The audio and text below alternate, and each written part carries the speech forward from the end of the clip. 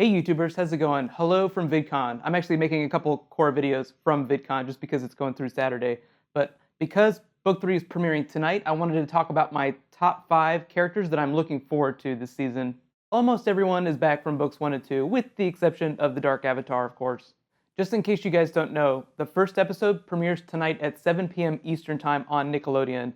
If you're an international person, you should be able to watch it on the website tomorrow. They usually are pretty good about streaming episodes after they air on television. Because I am at VidCon, it might take me a little bit longer to get that review up tonight, but I am starting the giveaway whenever I post that first review video. I'll explain that at the end of this video, but be sure to subscribe to get everything. It's going to be a lot of fun. Because I don't want to spoil any big character reveals, these favorites are only going to include people that have appeared in the trailers for Book 3. Just in case, be careful for mild Book 3 spoilers on character names. So I'll give you guys a few seconds just to get ready. Here we go. Number 5, Airbending Boomy. If you haven't seen the other core videos that I've been doing lately, you know I'm attributing all the new airbenders to harmonic convergence. It's a timey-wimey explanation, I know, but the idea is that it changed the spiritual alignment of the physical world. Before, the physical realm was very much cut off from the spirit world, but now that that isn't an issue anymore, benders are popping up all over the place. I just love the idea of Tenzin having to teach Boomy to master airbending. It's going to be really funny, I know, but I think it's going to bring the children of Aang together in a way that they weren't before. During Book 2, we did see that there were a lot of old resentments that they had held on to that just hadn't been dealt with until the whole Dark Avatar crisis happened. Now that Boomy is an airbender, though, he won't have to feel like such an outsider in his own family, and Tenzin will have the satisfaction of honoring their father's legacy by teaching his older brother about the family business, so to speak. I know it sounds very melodramatic, but I think mostly it's going to be used for comedy, in the sense of Vacation Tenzin in Book 2. Think of the children of Aang as like the Three Stooges, although I don't quite know which ones would be Larry, Moe, or Curly. So that doesn't really address the issue of Kaya kicking ass during the trailer, but I'll talk about that during my review video tonight just because Boomy will not be the only child of Aang that'll be going through some significant changes in Book 3. Number 4, both young and old Lin Beifong. We saw a bunch of Lin flashbacks in the trailer, and Mike and Brian have said for a long time that Book 3 would feature a lot of her. In present day, she's going to be dealing with her family history, and in her flashbacks, it will be all about her early life in Republic City working for her mother's police force. Yay for more Toph flashbacks. I don't quite know how her family story will weave into the main story about the evil bending team, but for the first couple of episodes, they'll probably just be treated as separate plot lines. So if you remember in the trailer, we saw that Metal City. That's actually the home of the metal bending clan. We'll learn all about them on Friday, but because Toph and the idea of metal bending are so connected in the Avatar universe, I'm totally not surprised that a metal bending city would be part of Lin Beifong's past. We haven't really seen a whole lot of her character lately, and in Books 1 and 2, her story was really confined to Republic City storylines. I know a lot of you guys who were watching my Book 2 videos last year weren't a huge fan of what was done with her character.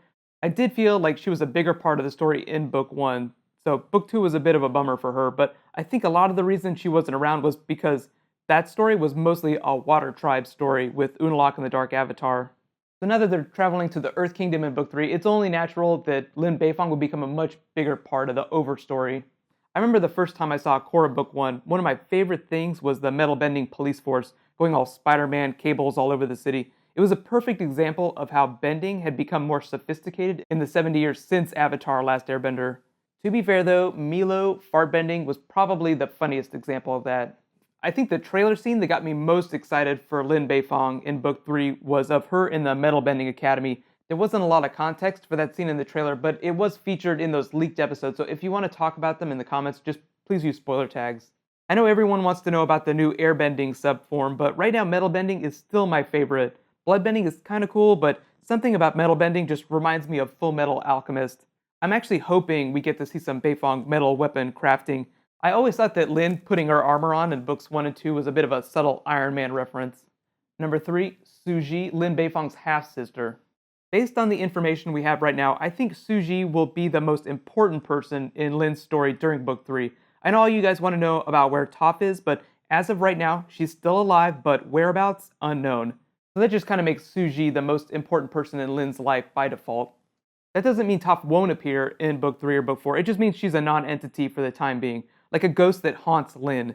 Not a ghost in the sense of spirits, like Uncle Iroh last year though. Because Suji's storyline is tied up in the metal bending clan, we might not meet her till after the first couple of episodes, but expect some heavy Lin Beifong drama. Usually when someone like Lynn never chooses to talk about her past or her family, it's because something really bad happened. Speaking of which, we are going to learn how Lynn got that scar on her face. But if you are a big fan of the Aang Republic City flashbacks in Book 1, you're going to love Book 3, because there's going to be a ton of those, but they're going to be like very Beifong-centric. I'm not expecting to see any of those until after the second or third episode, just because Book 3 picks up a couple months after the end of Book 2, so they'll still be dealing with the aftermath of the Dark Avatar. So most of the first episode especially will be spent just kind of catching up with all the characters. But number 2, Old Man Zuko. If you didn't read the Search of the Promise comics, you haven't really seen Zuko since Last Airbender went off the air. It was said in those stories that sometime after becoming Fire Lord Zuko, he started a family and then passed on the title of Fire Lord to his daughter. He abdicated and started traveling the world as an ambassador for peace. Based on the trailer footage that we've seen, it seems like he's working with the White Lotus, or maybe he's been working with them the whole time. I find it interesting that as we get closer to Book 4, the surviving members of the original Team Avatar start manifesting. That makes me really curious if Toph is just going to magically appear in Book 4, just because Zuko was teased for the first 2 books and then appeared in Book 3. But there are so many Zuko questions that I want answered in Book 3. Like 1, who did he end up getting married to? Who's the mother of General Iroh in the current Fire Lord? Like, who's his daughter? And are we going to meet her? We met Iroh back in Book 2, and in case you missed it, he was voiced by Dante Bosco. He's not going to be doing the voice for old Zuko. Usually whenever they bring Last Airbender voice actors back, they have them voice new characters. That's why Great Delisle is doing the voice of that new evil waterbender, instead of doing like old Azula. Her current whereabouts are unknown, even though she does resemble Sparky Sparky Boom Girl quite a bit.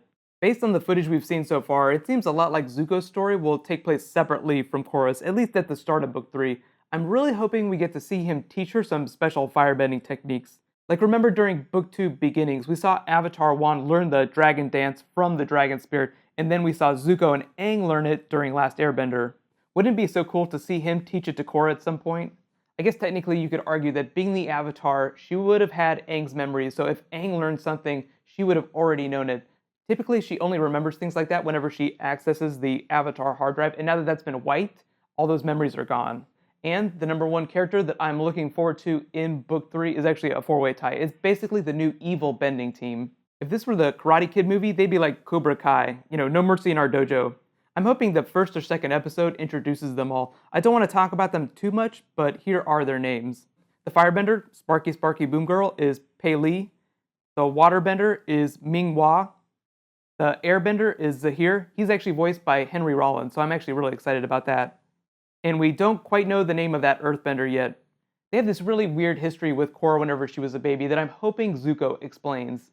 There's rumors that part of Book 3 will involve a plot about controlling future avatars. If you could predict which bending tribe the next avatar would come from, you can influence the next avatar if you're sneaky enough. It's really unclear how the evil bending team is going to be tied up in this big overplot, but there's going to be so many callbacks to the original Avatar Last Airbender series. If you're a huge fan of that, you are going to love Book 3. But now it's your turn. Let me know in the comments, which character are you most excited to see in Book 3? I didn't mention him in my top 5 list, but Bolin would be like my bonus choice. I'm really hoping Bolin learns to metal bend in Book 3. So here's the details on my Book 3 review videos tonight. Because they're airing those first 3 episodes back to back, what I'm going to do is right after the episode airs, I'm going to post a combined review of those first 2 episodes. Be sure to subscribe to get it, and then I'm going to post my review of episode 3 on Saturday. So I'm just going to break those up a little bit. I'm not going to do a Q&A either, just because that's 3 Korra videos in 2 days. I will be giving away 3 separate gift cards for each of those 3 episodes though, so 2 in the first review video tonight and 1 for the Saturday video. All you have to do to participate in the giveaway this year is just be a subscriber and leave a comment on those review videos.